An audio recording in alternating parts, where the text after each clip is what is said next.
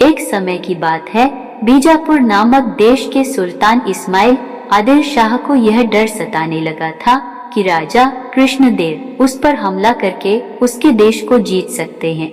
सुल्तान ने कई जगह से सुन रखा था कि राजा कृष्णदेव ने अपने साहस और वीरता से कई देशों को जीतकर अपने राज्य में मिला लिया है। इस बारे में सोचते सोचते सुल्तान के दिमाग में यह ख्याल आया कि अगर उसे अपना देश बचाना है तो राजा कृष्णदेव की हत्या करवानी होगी। सुल्तान यह काम तेनालीराम के एक करीबी दोस्त कनकराजू को सौंपता है और उसे भारी इनाम देने का लालच भी देता है। इसके बाद कनकराजू राजा की हत्या की योजना बनाकर तेनालीराम से मिलने पहुंच जाता है। तेनालीराम लंबे समय बाद अपने दोस्त को देखकर खुश होता है और उसका अपने घर में अच्छे से स्वागत करता है। तेनालीराम अपने दोस्त कनकराजू की अच्छी तरह से सेवा करता है।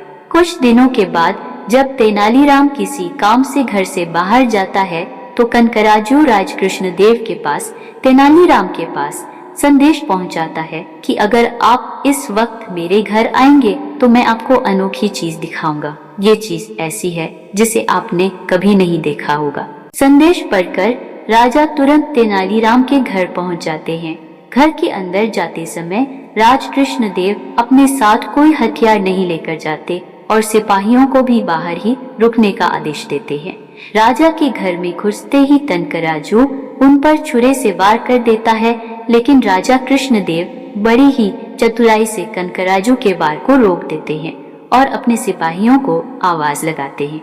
राजा की आवाज सुनते ही अंगरक्षक वहां पहुंच जाते हैं और कनकराजू को पकड़कर उसकी हत्या कर देते हैं। राजा कृष्णदेव का कानून था कि राजा पर जानलेवा हमला करने वाले को जो आश्रय देता है उसे मृत्युदंड की सजा सुनाई जाती है। इसलिए तेनालीराम को भी मौत की सजा सुनाई जाती है।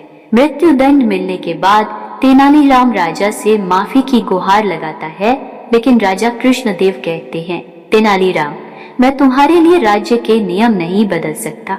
तुमने उस व्यक्ति को अपने घर में रहने दिया जिसने मुझे मरने की कोशिश की थी, इसलिए मैं तुम्हें क्षमा तो नहीं कर सकता, लेकिन तुम्हें किस तरह की मृत्यु चाहिए यह निर्णय मैं तुम पर छोड़ता हूँ।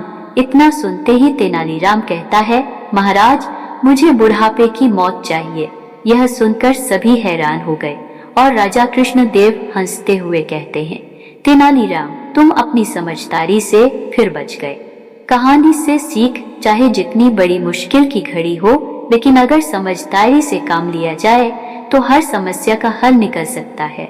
तेनालीराम ने भी ऐसा ही किया। सामने मौत नजर आते हुए भी उसने दिमाग से काम लिया और अपनी जान बचाई।